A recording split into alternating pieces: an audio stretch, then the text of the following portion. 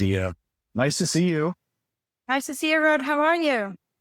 I'm fine, but I will tell you that in our conversations, I walk away and I've learned a lot, but I also think to myself, how susceptible I am to messaging. Let me give you an example. So it might be a guy thing. I'm going to talk about collagen Okay. because how these social apps work, you either speak it into existence or you click on something, and then you get all these advertisers that are sort of to you.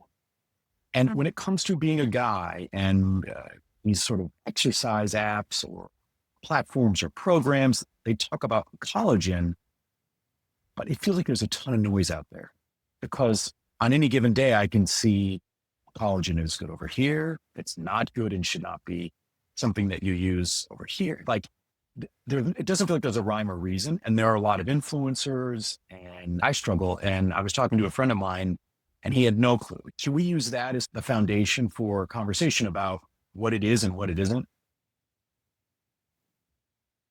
I think it would be great to start off what collagen is, and to get an understanding what it does. So first of all, it's super interesting because more and more men are interested in collagen because we do understand good for longevity and all this biohacking stuff. For me, it was a big thing because I understood very early what collagen is. I was raised on a farm. My grandfather was a butcher. I remember all those boiling pots with bones and tendons. I was 6 when I asked him what that is. He said, yeah, it's a soup. It's good for your joints, for your skin. And I was like, I didn't see clearly any nourishment. For me, I saw my friend in there, trauma, and I personally called it the soup of cruel. So yeah, coming back to your question, most collagen powders today, they truly come from the same world. It's animal waste, hormones, antibiotics, fear. And we package it with glitter, with pink labels, and we sell it as the glow and as the longevity thing. And that's why I created VeCoGlow. I just couldn't accept that, not for myself and not for the woman and man walking up behind the wellness industry. What do most people think? What is it? And what do we rarely know about? Yeah. Collagen isn't a magic powder. It's a structured protein, but most commercial collagen is made from slaughterhouse byproducts. As we just said, it's bones, skins, tendons. People don't realize they are consuming industrial waste, and it's often laced with hormones, steroids, and antibiotics. And that is a problem. And why is that a problem? Because if you know how microdosing very, very efficiently works and homeopathy works, the microdose of the microdose of the microdose, your body has a memory effect. It works pretty well with allergies and everything. You have a fantastic effect. But unfortunately, it works the other way around.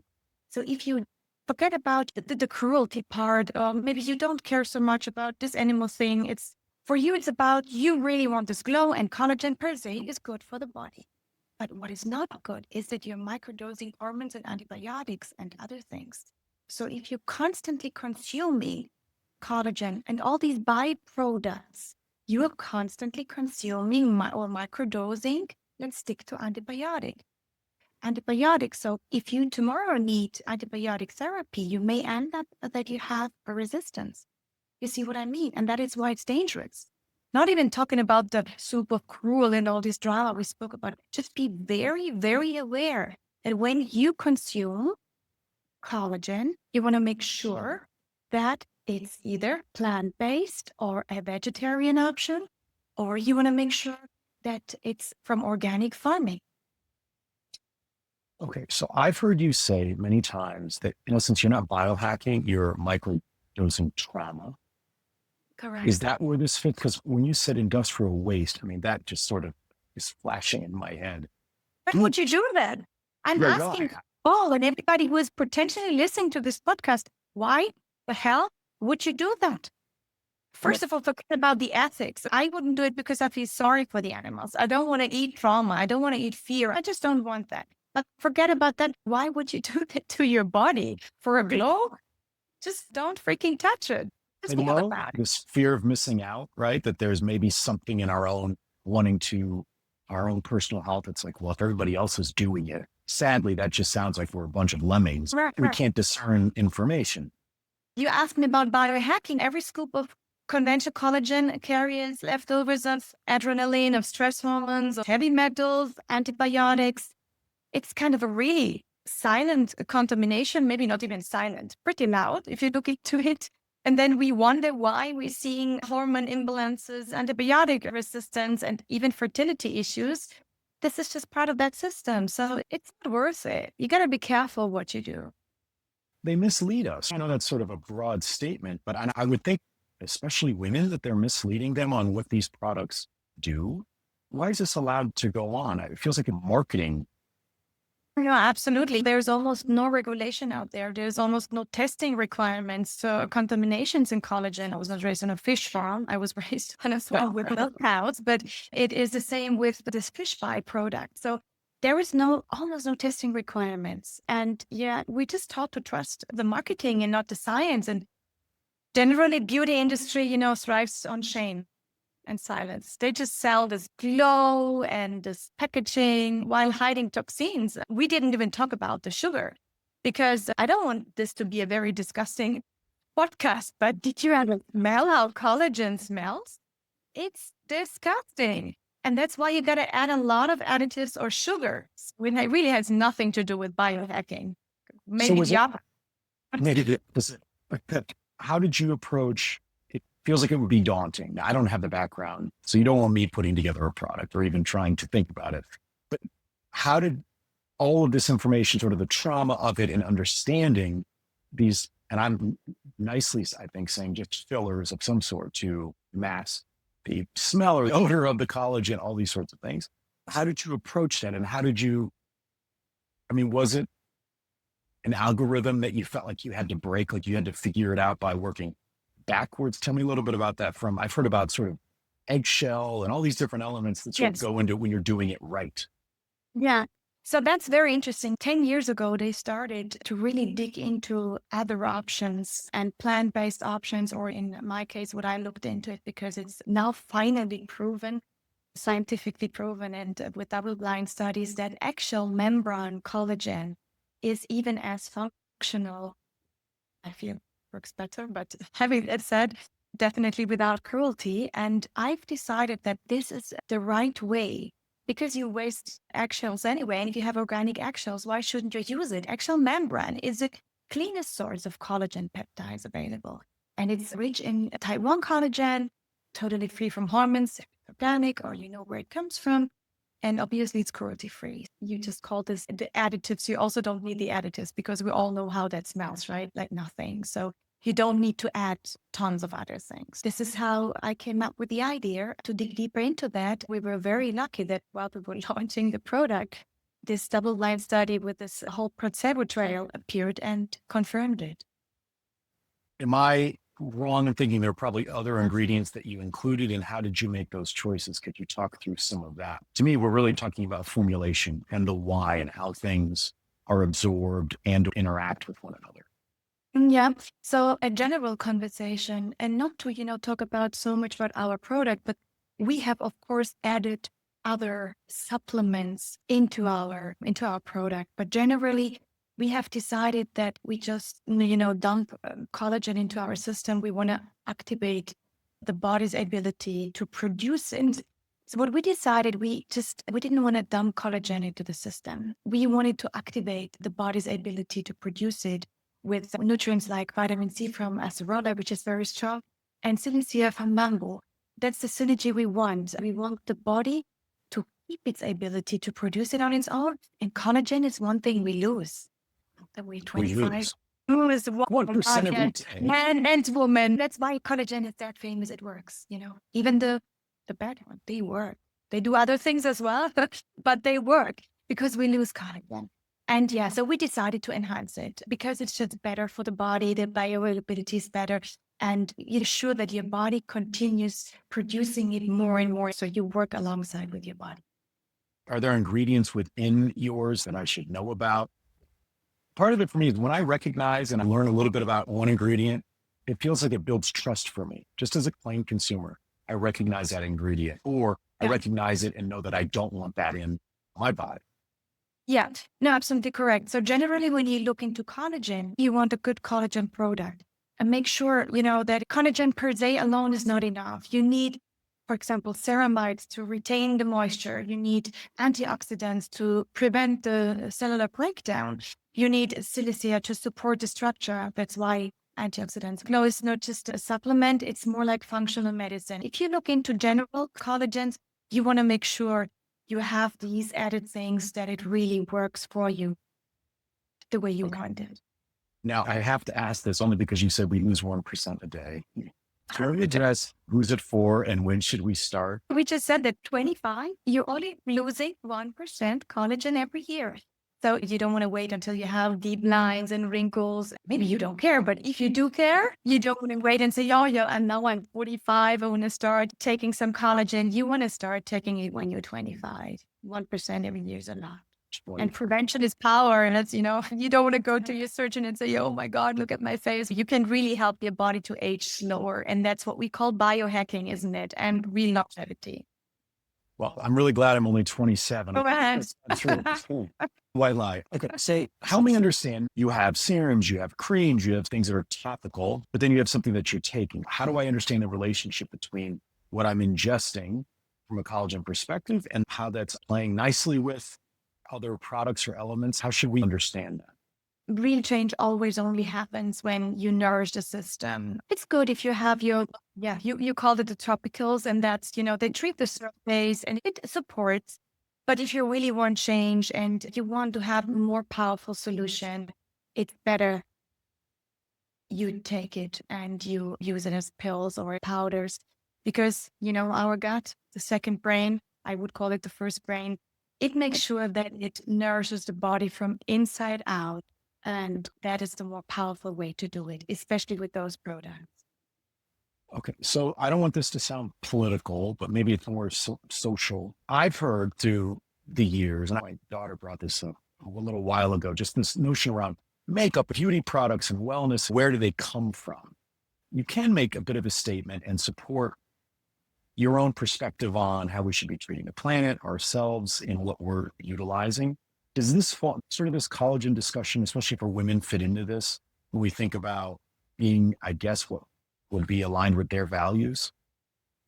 And that's how we started this podcast. For me, nobody can say, oh, I want to act sustainable and I want to be conscious. Then on the other hand, you take normal collagen products because you accept what they put into that. So it's very important to look into that from a deeper perspective and not just accept the marketing lies and pretend you don't know any better.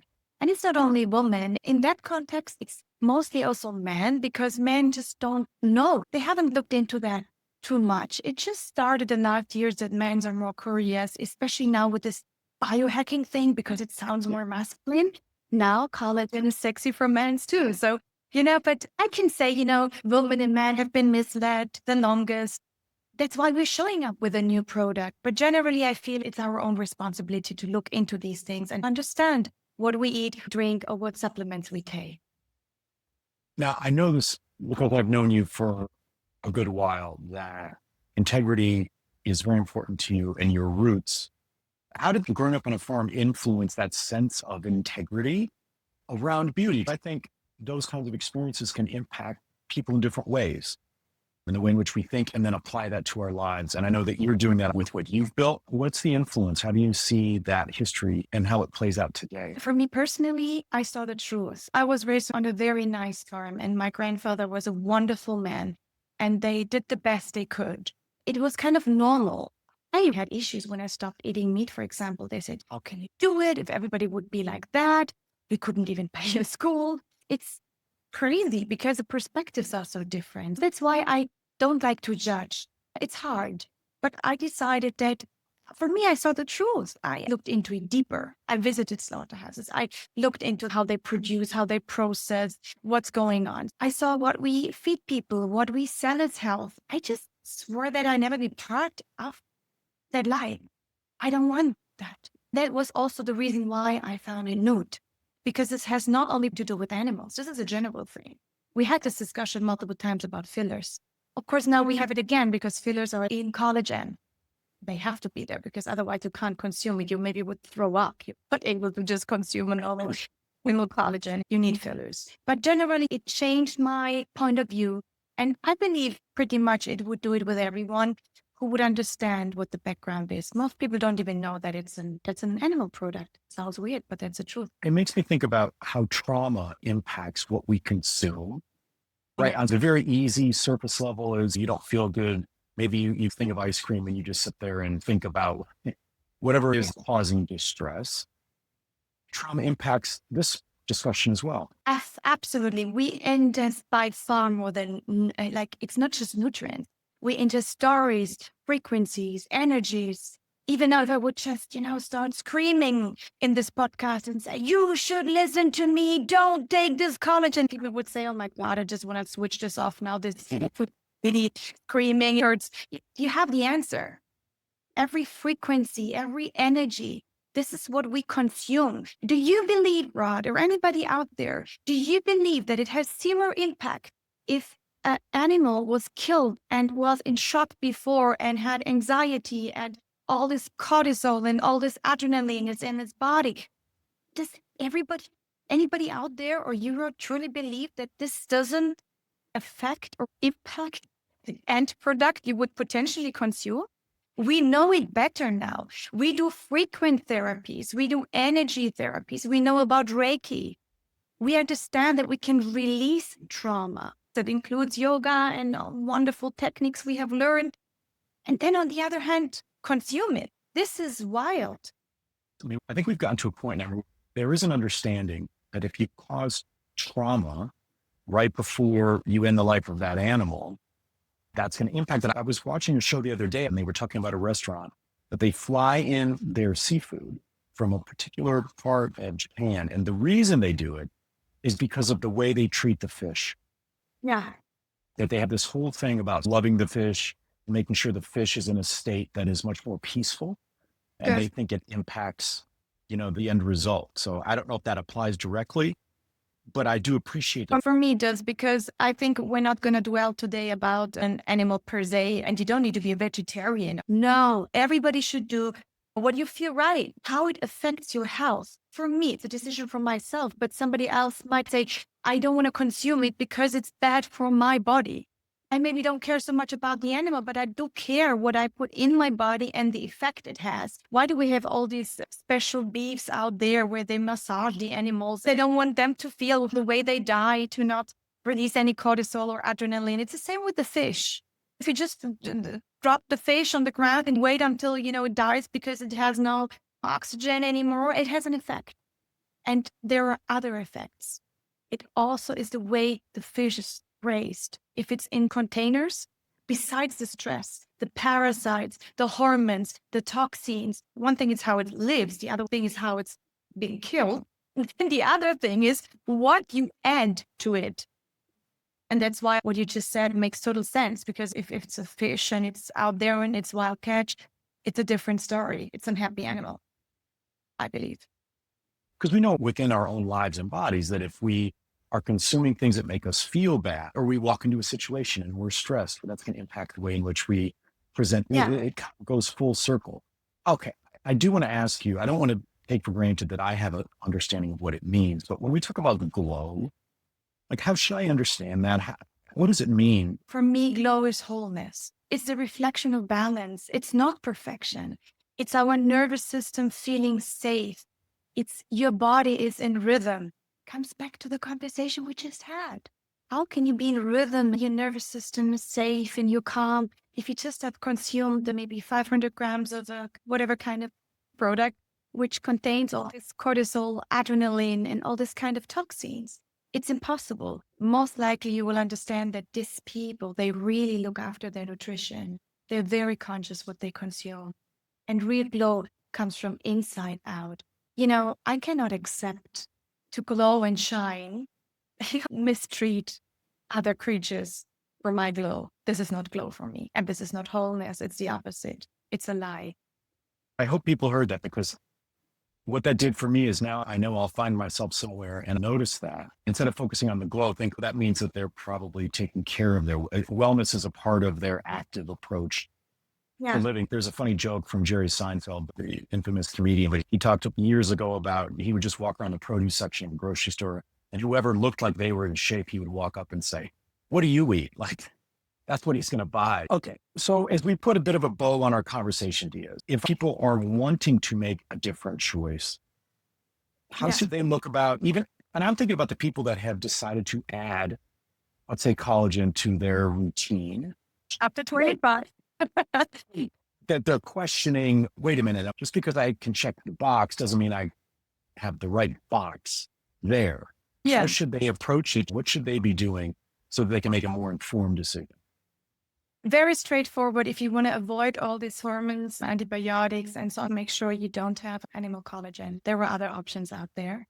If you then still decide you stick to a collagen and an animal products, whatever, build collagen, make sure you read the label. What kind of fillers are in there? How much sugar is in there? Are there additives in there? Artificial colors? Just make sure at least that this is not part of it.